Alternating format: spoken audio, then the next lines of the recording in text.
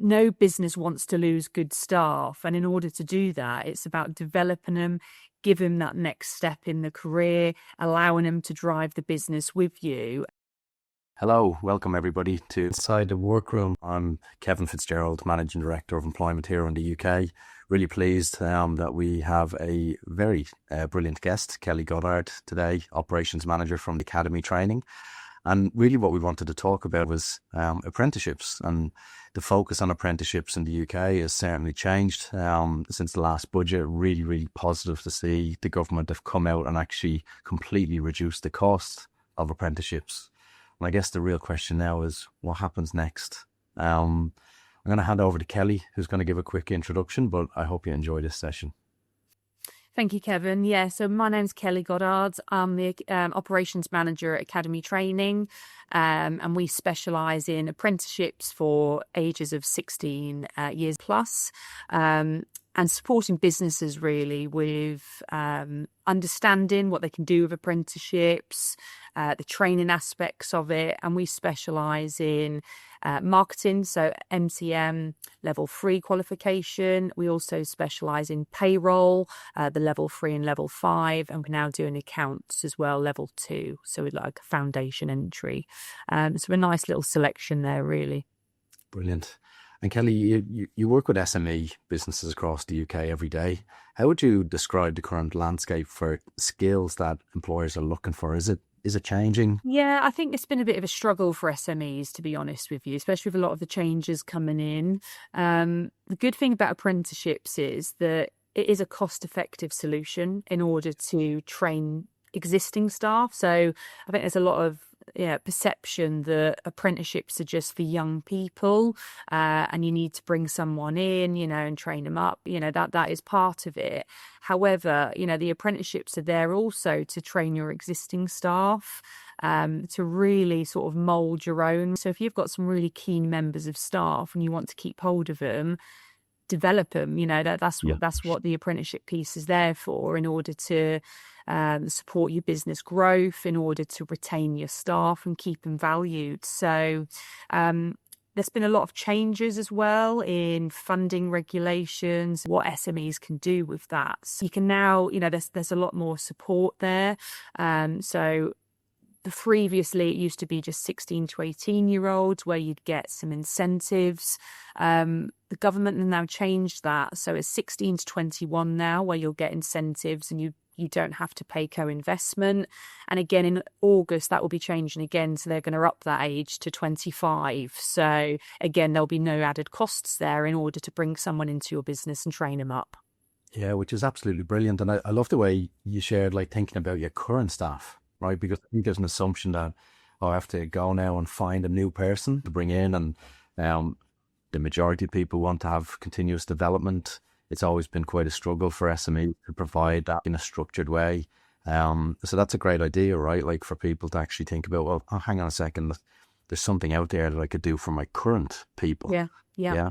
And we've seen it quite a lot, to be honest with you. We probably do get majority who are members of staff within a business, and they're getting upskilled. They've been in there, they want to move into something different to support the business growth, and we're training them up to be able to do that. So businesses haven't got to pay external costs. They can also cut their costs by the recruitment piece, because you're already training your staff in-house. I think it's really fascinating for SMEs to take a step back right now, because that change in funding is really significant, right? Absolutely. It was probably the biggest positive surprise that came out of the budget, and a great reaction to it so far.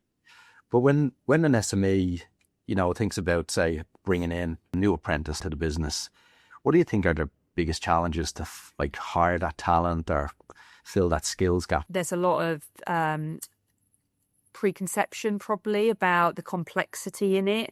So going through the systems, SMEs probably think that unless they've got a HR and an L&D team, they're not big enough to be able to deal with it. Whereas actually it is a really simple process that training providers like ourselves and others out there will support you with that. So, we will sort of hold your hand through that process in order to make it as smooth as possible, in order to take a lot of that admin piece out. So it becomes becomes more effective on the SME. I think there's the perceived costs as well, that again, people think that, oh, I've got to bring someone in, I've got to train them, so I've got to be able to get a supervisor to support that person, so I've got to pay the wages. Whereas actually the bigger picture of it is you are moulding your own person here. You're not getting someone in who believes that they know everything and you're having to change behaviours. You're able to mould that as you need to. Yeah, it's quite tailored, right, to an Yeah. SME. And I lived it. I left school after my exams and went into an accounting firm. I thought I knew a lot, like I really didn't. I learned how to be a junior accountant in that firm. Yeah. And I understood how they wanted to operate, which was just really great grounding for me in terms of education. Yeah. I'm the same, to be honest, Kevin. I started off many moons ago. I done a management apprenticeship, and then I sort of worked my way up, and then ended up doing a level 3, and then I done a level 5. And again, that wasn't to get me straight in at management. I was in at foundation level doing business, but that managed to make me grow as an individual and be able to be in the position that I am now. So that's awesome. Yeah, I love it. I still tell people to go do it, get in there and get the experience. Takes out the cost as well. You haven't got to, you think about the university fees and costs now. With apprenticeships, you go straight into work, you're getting paid and you're getting trained on the job, which is the most valuable piece. So yeah, absolutely. It's actually hard to put a value on that. It was only when I looked back at that experience that I realized how valuable it was, because my friends and peers had gone into full-time uni.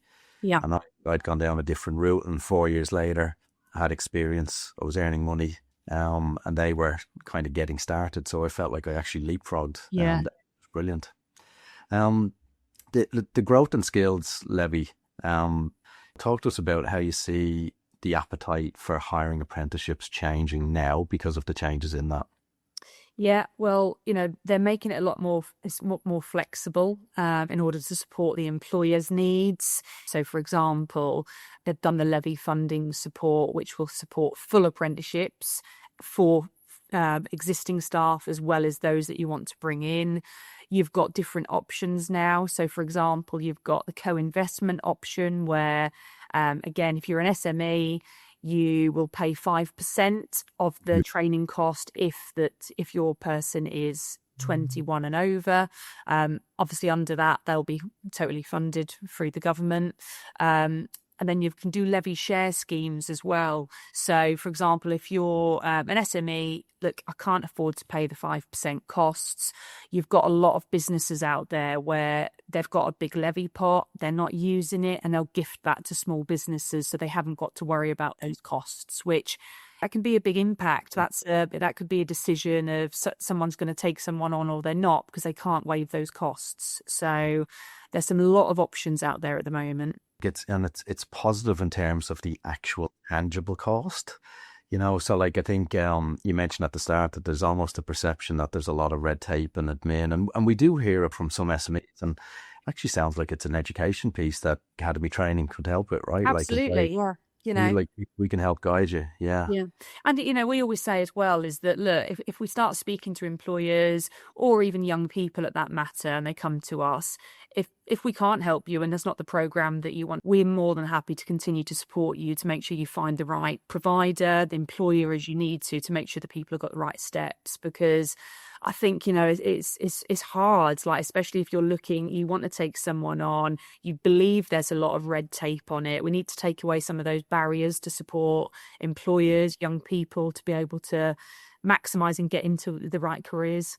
Yeah, it's really facilitating that matching, right? And saying, give it a try. And that's the great thing about apprenticeships, right? I guess the employee or future employee is actually trying, right? They're saying, hey, I want to do this, right? And the government is now supporting it.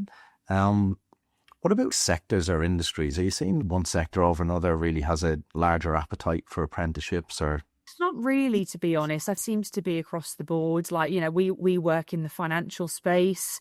There seems to be a big appetite in that at the moment. And again, I believe that's due to skills shortages, the skills needs that people want to go into these roles, but they don't want to go maybe down the uni route and do that. They want to get into it, start doing the practical activity of the work and get the qualification alongside it. Financial is quite a big piece at the moment, especially with payroll and accountancy. There seems to be a big growth and need for that at the moment. Yeah, so like the route I took was accounting, right? Like, and now I work in the payroll space specifically, and it's probably 10 years that really I started to see a concern from the accounting bodies of the drop of number of people entering the accounting profession. It's a long degree, and maybe the branding of accounting never had the coolest factor. But certainly it's changing nowadays. So yeah, good to see that demand is still there. But when I speak to apprentices or potential apprentices about accounting, it's actually explaining like what's driving it is the economy. Businesses need like accountants and need like that support to come through. What about, when you're working with a client, like, and they come to you and you help them kind of get through all those misconceptions? What does success look like when they have a relationship with your business? It was fantastic, to be honest. The reason I've been in this business such a long time is due to that success factor. It's lovely getting all the apprentices on, and we love to see them succeed, and that's a massive part of the job. But having those relationships where, employers put their trust in you, you support them straight away, you keep your communication open in order to be there as that sort of guide and support for them from day one. We do it right until the end and after they finish the program, to keep them, if they need further development or further support with different apprentices who are coming on. And it's lovely, they know that they can come to us and ask any questions, even though they think it might be a silly question. There's no such thing as a silly question, that they can ask away as much as they need to. And we guide them through that process really quite smoothly and efficiently, to be honest. So, I think sometimes we have a meeting to start with. We talk about how the program works, what their expectations are, the expectations of the person they're putting on program. And then as soon as they want to go ahead with it, our enrolment process is quite quick, and we take a lot of the pain of that away, to be honest, to make it easier, which I think employers love. Are SMEs, do they still, or maybe not still, but do they view apprenticeships as just an entry-level thing, or do they actually understand? No, and again, I think it's changing the perception of that, because I believe that, and again, that used to be one of the barriers, that people used to think that, right, I don't really want to take on maybe a 16 to 18-year-old. I'd rather have people who can come in, maybe not an entry level, and hit the ground running in a different role. And that's what the different apprenticeships are there for. We've got like the level 3, the level 5s, where they're your more senior, they've got a little bit more experience in them. Especially the level 5, for example, like the payroll assistant manager that we do. These are people in team leading roles or management positions. Yeah, okay. They want that upskill, and then they're your successors in your business. They're going to be the people who are going to be driving the main piece on this. So yeah, they're not entry. They're not just for young people. They're for everybody. Yeah, and like you bring in talent like that, right? Like, and it's got such an impact to the business, especially as you described it, right? Like they've already got experience, like, and I guess the structure of apprenticeships, it's almost like the terminology apprentice kind of makes it sound like it's somebody who's quite young or junior in their career. Yeah, but it's clearly and it's not. nurturing it, isn't it? It's nurturing that talent to keep hold of those people and retain them, to make sure that you don't lose them. Yeah. No business wants to lose good staff. And in order to do that, it's about developing them, give them that next step in the career, allowing them to drive the business with you. And, as leaders and managers, they are your successors. They'll be able to take some of your work to make it easier for yourself, to give some of that responsibility over. If you take a typical SME, say if they have 20 people, right? Yeah. Like it's fair to say on average 3 to 4 people leave the business each year. Yep. Like that's a significant percentage, right? Like, like 20, 25% can leave each year. Like, so the IP that's going out the door is pretty big. Yeah. Now if we compare that to a much bigger business, they probably wouldn't notice like a handful of people leaving. Yeah. So clearly apprenticeships has like a big part to do with retention, culture, longer term talent development. Absolutely. Yeah. And this is it. We need to develop the people in your business to keep hold of them. You haven't then got the external costs of recruitment. And what about mentorship? Like the SME themselves, like Have they figured out how to structure that? Like, would you see a lot of SMEs coming to you for the first time to hire an apprentice? Yeah. Absolutely, we've got it quite. We've got a different scale of it. We've got people who've had apprentices before, so they know what they're doing within businesses, or we've got those who are dipping their toe in for the first time, and they need to understand every part of what they need to do with it. For us, the mentorship is a big part. In order to do a qualification, you need to have that buddy mentor support to have someone to go to who's going to be able to showcase them, because the whole point of an apprenticeship is work-based qualification. Okay, so you've got to have someone on the job who's going to be able to go, that's exactly right what you're doing, or I'd like you to develop into that area, because it's not about solo working. And we always use it as it's a bit of a tri-party relationship, really. It's the provider, the employer / supervisor, the mentor, and the learner. And as long as we've got that triangulation that we all work together, that person will develop really, really well. Yeah, and there's such potential. Like we looked at the numbers. There's almost 1 million people under the age of 25, like not in a kind of an apprenticeship position or formal education. And then there's 6 million SMEs across the UK, and their number one headache is talent, right? Like actually finding right people. So it's really exciting to see the government take a big step with the costs. Yeah. You guys are there as the specialists to help actually triangulate and piece it all together. Yeah. But there's still a bit of work to do, right? Like at that size and scale. Absolutely. Yeah. And that's the whole point of the sort of youth guarantee piece here that they're trying to do, is that they need, that we've got a lot of young people who they want to get into positions, and we need to support to be able to go into work and develop and access some sort of education and training. And apprenticeship's the best way to do it. Yeah, brilliant. Thank you to everybody who's listening today. Kelly, that was absolutely brilliant. Thank you. Some takeaways from me. When you have a view that there is a lot of red tape, but the best next step to do is ask for help. Reach out to Kelly and the team at Academy Training. It's clear there's a lot of misconceptions there, and they are the absolute professionals and specialists who can help with this. And I think you heard from both myself and Kelly that we actually went down that route, and I think we're both doing okay. Okay, yeah. Good. Like, so it's not all about university. It's clearly got its merits, like, and depending on like your desires and maybe your character and your situation, I'd really encourage anybody out there on the employee side to explore. But on the SME side, this is probably the best opportunity that we're going to see in terms of government support and professional support from Kelly and her team. So I want to say thank you, Kelly. Really appreciate it. And to anybody listening, thank you for your time.